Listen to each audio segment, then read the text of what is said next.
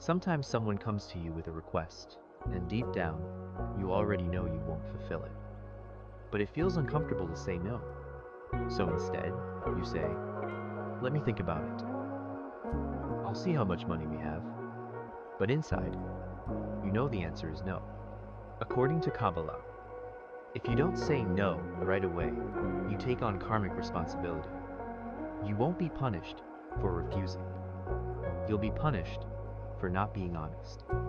Because saying no, that too is a form of truth, a form of respect for yourself and for the other person. Please, learn to say no, gently, kindly, with love. You are not obligated to do everything people ask of you. You have your own life, your own emotions, your own boundaries, and you have every right to protect them.